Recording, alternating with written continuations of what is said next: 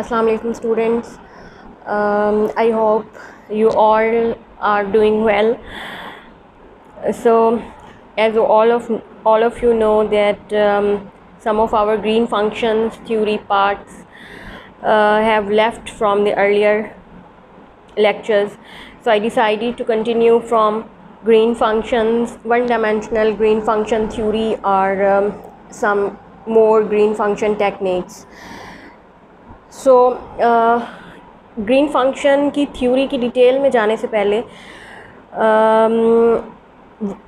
थोड़ा सा हम इसको इसकी कुछ बेसिक डेरिवेशंस करेंगे, कुछ प्रूफ करेंगे, और जो ग्रीन फंक्शन का ऑपरेटर है जिसको हम self adjoint operator for Green function भी कहते हैं, उसको लेकर चलेंगे साथ. सपोज स्टूरम लवलाई और self adjoint operator for Green function can be written as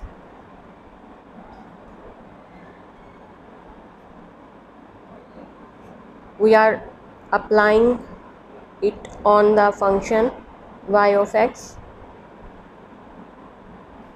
so we will get some another function f of x, which is a non-homogeneous equation.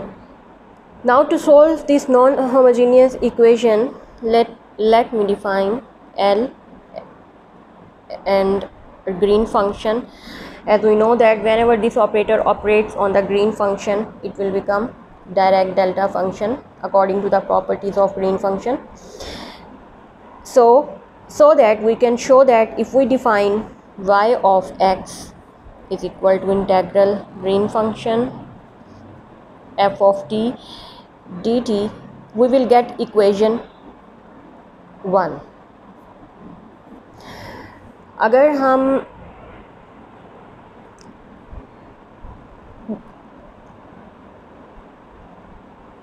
It's proof, अच्छा, अगर हम इसको प्रूफ भी कर सकते हैं, इसका प्रूफ है मेरे पास, हम इस इक्वेशन को प्रूफ भी कर सकते हैं कि अगर हमारे पास एक ऑपरेटर है स्टूरम लवलाई सेल्फ एडजॉइंट ऑपरेटर, वो किसी भी फंक्शन y ऑफ x पे इस तरह से ऑपरेट करेगा. y ऑफ x की वैल्यू जो है वो मैं यहाँ पर पुट करूँगी g of x t f of t dt. मैंने y ऑफ x के ऊपर सेल्फ एडजॉइंट ऑपरेटर जो है दोनों तरफ ऑपरेट करवाया, ये आपको नज़र आ रहा है, ठीक है. इसके बाद अब अगर मैं इसको इंटीग्रेशन के अंदर ले जाऊँ और इसको ऑपरेट करवाऊँ, तो ये मेरे पास बनेगा, ऊपर देखें ये चीज़, तो ये हम मेरे पास डायरेक्ट डेल्टा फंक्शन की फॉर्म में आ जाएगी.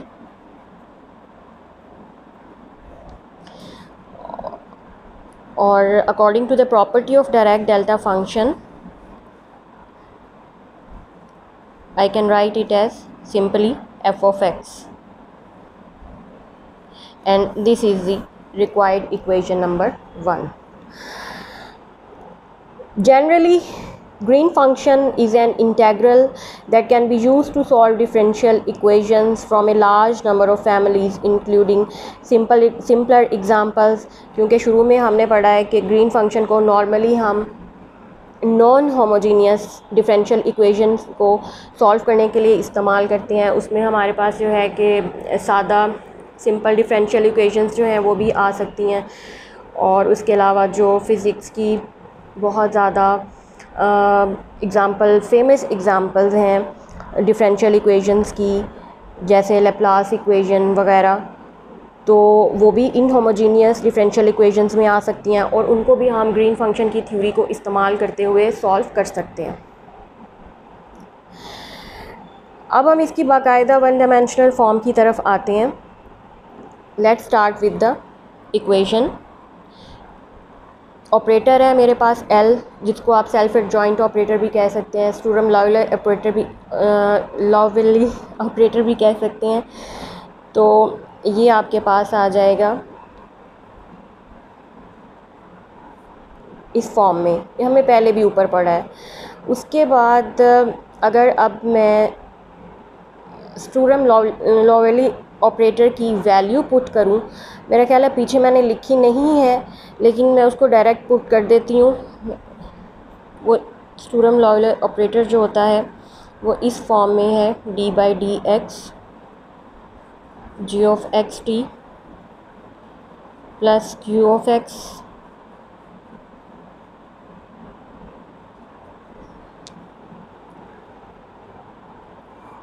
And all this. अगर आपको ये L की वैल्यू चाहिए भी तो मैं आपको अलग से भी लिख देती हूँ। ये जो ऑपरेटर है it can be defined as D by D X P of X D Y by D X plus Q of X Y. ये इसकी जनरल फॉर्म है ऑपरेटर की। और यहाँ पे ये ऑपरेटर जो है मैंने वो अपनी इक्वेशन के ऊपर, जिसको हमने पहले से लेकर चले हुए हैं, उसके ऊपर अप्लाई किया है to find the solution of the non homogeneous differential equation. Okay then, अब मैं अपनी वापस इक्वेशन की तरफ आ रही हूँ। सेल्फ एडजॉइंट ऑपरेटर मैंने ग्रीन फंक्शन के ऊपर अप्लाई किया है और अब मैं अप्लाई करने के बाद मैंने इसको इंटीग्रेट करना है over the value of x from A small interval, integrating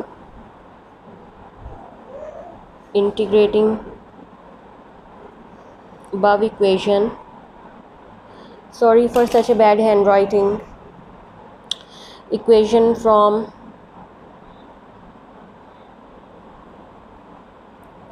small interval, that is t minus epsilon to t plus epsilon. इस इक्वेशन को मैं इंटीग्रेट करने वाली हूँ to find the value of Green function. किस लिए इंटीग्रेट कर रहे हैं? क्योंकि हमें ग्रीन फंक्शन की वैल्यू चाहिए। ठीक है, now we will go through the whole procedure. इस प्रोसीजर को फॉलो करेंगे, बाद में हम इसके ऊपर एग्जांपल्स और प्रॉब्लम्स भी सॉल्व कर सकते हैं। तो अब मैं इस इक्वेशन को करने लगी हूँ इंटीग्रेट, और ये इंटरवल भी आपके सामने मैंने लिखा हुआ है।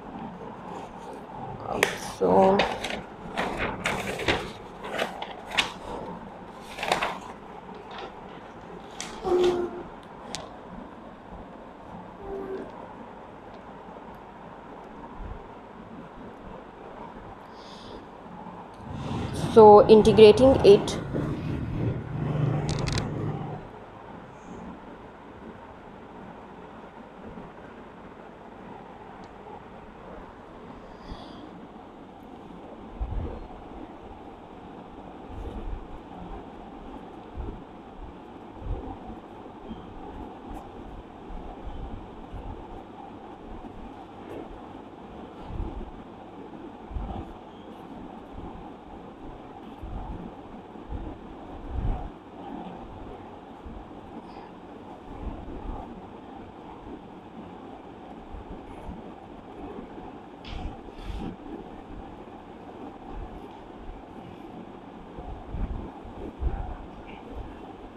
integrating the whole equation from the limit t minus epsilon to t plus epsilon. So now we will left with the result. As we know that epsilon is a small quantity, so right hand side of equation becomes equals to 1, and if we integrate it for a general green function g of x t, this would result in 0. So now we will left behind with ये integration और derivation, क्योंकि आपस में ख़त्म हो जाएगी, तो मेरे पास रह जाएगा p of t plus epsilon D G over D X T plus E minus P of T minus E D G over D X T minus E is equal to 1। Is equal to 1। अब अगर हम इस पर limit apply करें, in the limit epsilon tends to zero, अगर मैं इस पे लिमिट अप्लाई करूँ तो ये एप्सिलॉन ज़ीरो के ख़त्म हो जाएगा। P of T D G over D X T plus E minus P T minus E D G over D X T minus E is equal to 1।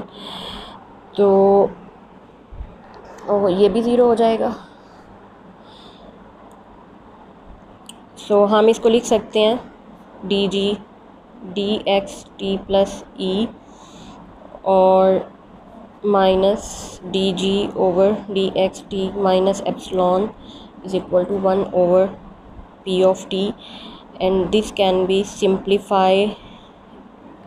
अब T plus epsilon और T minus epsilon को की बजाय मैं इसको नाम दे देती हूँ टी प्लस एप्सिलॉन। टी से फर्दर, टी से नेक्स्ट और ग्रेटर देन टी वाला जो पॉइंट है उसको मैं डी जी टू का नाम दे दूँगी डी एक्स, और टी से जो लेस है, लेस देन टी है, डी एक्स, इसको मैं जी वन का नाम दे दिया 1 over P of T.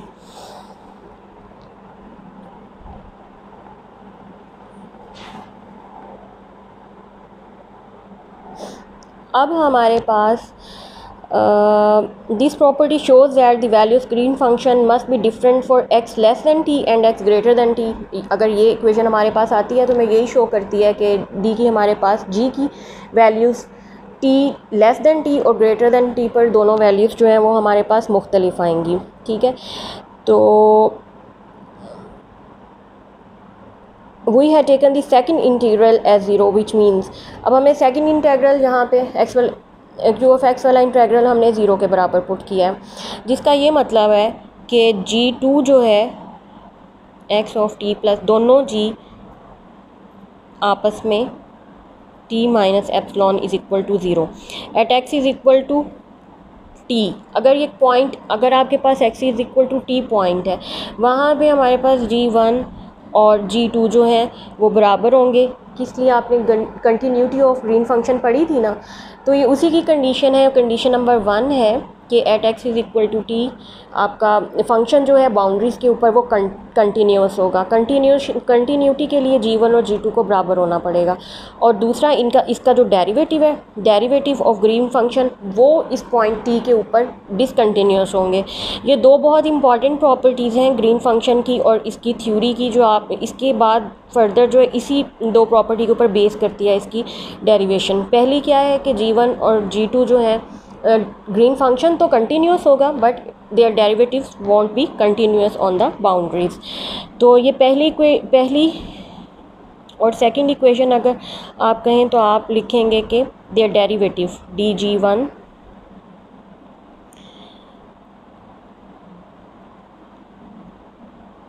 D X would not be equal to D G D x.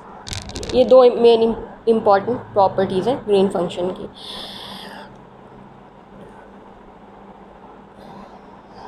अब क्योंकि हमने इस G1 और G2 की वैल्यू बेसिकली फाइंड करनी है, तो इसके लिए हम जो प्रोसीजर अडॉप्ट करेंगे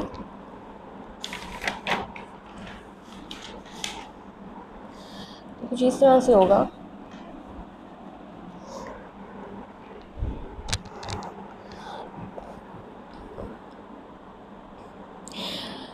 Now to find the value of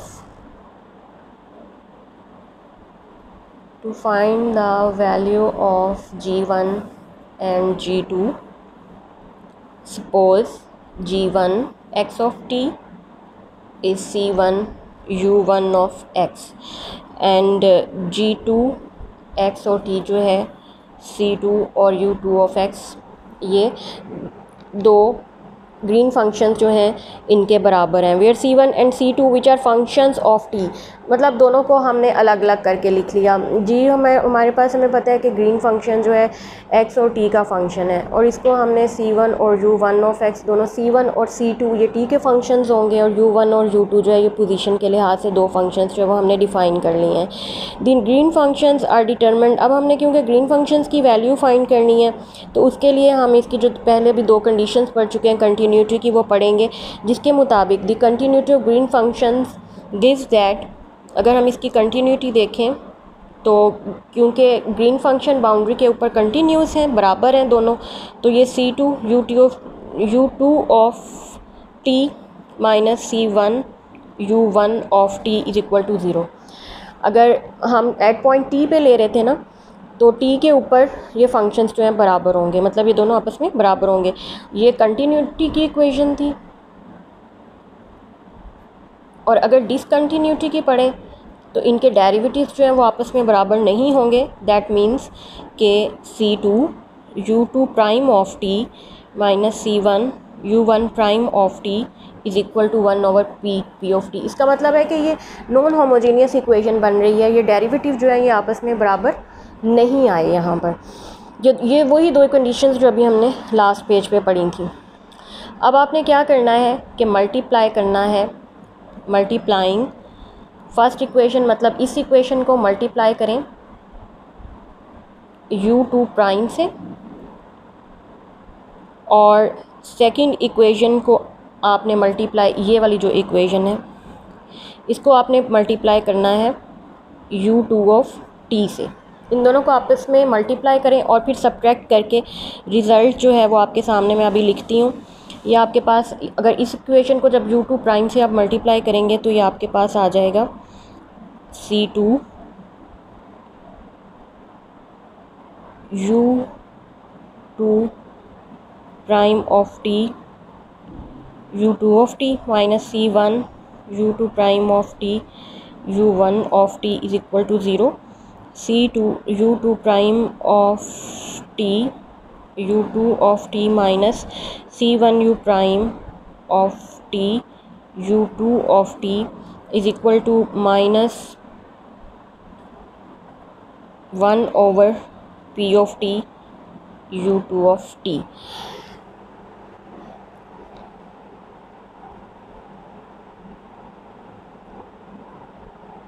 इसको आप सब्ट्रैक्ट करेंगे तो आपके पास रिज़ल्ट आ जाएगा C1 U1 of prime t U2 of t minus C1 U2 of prime t U1 of t U2 of t divided by p of t। तो इसमें अब देखें कि C1 U2 U1 prime minus U1 U2 prime is equal to U2 of t over p of t। और अगर मैं define करूँ इसको, हम ये रॉन्स्कियन एक डिटर्मिनेंट होता है फंक्शन और उनके डेरिवेटिव्स का, आपने पहले भी शायद कहीं पढ़ा हुआ हो, तो ये रॉन्स्कियन के बराबर w के बराबर आ जाता है। तो ये आपके पास आ जाएगा C1 W U2 of t divided by p of t, और यहाँ से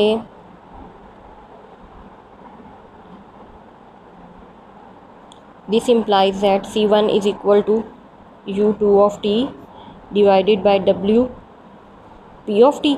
अगर C1 की वैल्यू आपके पास आ गई है तो you can calculate the value of C2 from here, इस इक्वेशन से। इसमें आप वैल्यू पुट करेंगे C1 की तो C2 की वैल्यू आपके पास आ जाएगी। C2 आपके पास आ जाएगा U1 of t divided by W p of t। सो अब जब हमारे पास C1 और C2 आ गया है, we are now in position to calculate और find the value of both green functions, that is G1 of xt। हमने इसको डिफ़ाइन किया था ऊपर, G1 ऑफ xt हमें पता है C1 U1 ऑफ x के बराबर है। तो इसमें आप C1 की वैल्यू पुट करें, G2 की वैल्यू आप की वैल्यू में C2 की वैल्यू जो हमने फाइंड किया यहाँ पुट करें, तो दोनों ग्रीन फंक्शंस की वैल्यूज़ जो हैं वो आपके पास आ जाएंगी। लाइक आपके पास आ जाएगा U1 of x u2 of t divided by w p of t, और g2 of xt ये आपके पास आ जाएगा u2 of x u1 of t divided by w p of t। तो ये दोनों ग्रीन फंक्शंस थे जो कि हमने डिटरमिन करने थे। ठीक है, ये हमारी theory of one dimensional Green function यहाँ पर आकर एंड होती है। Okay, thank you. Now I have to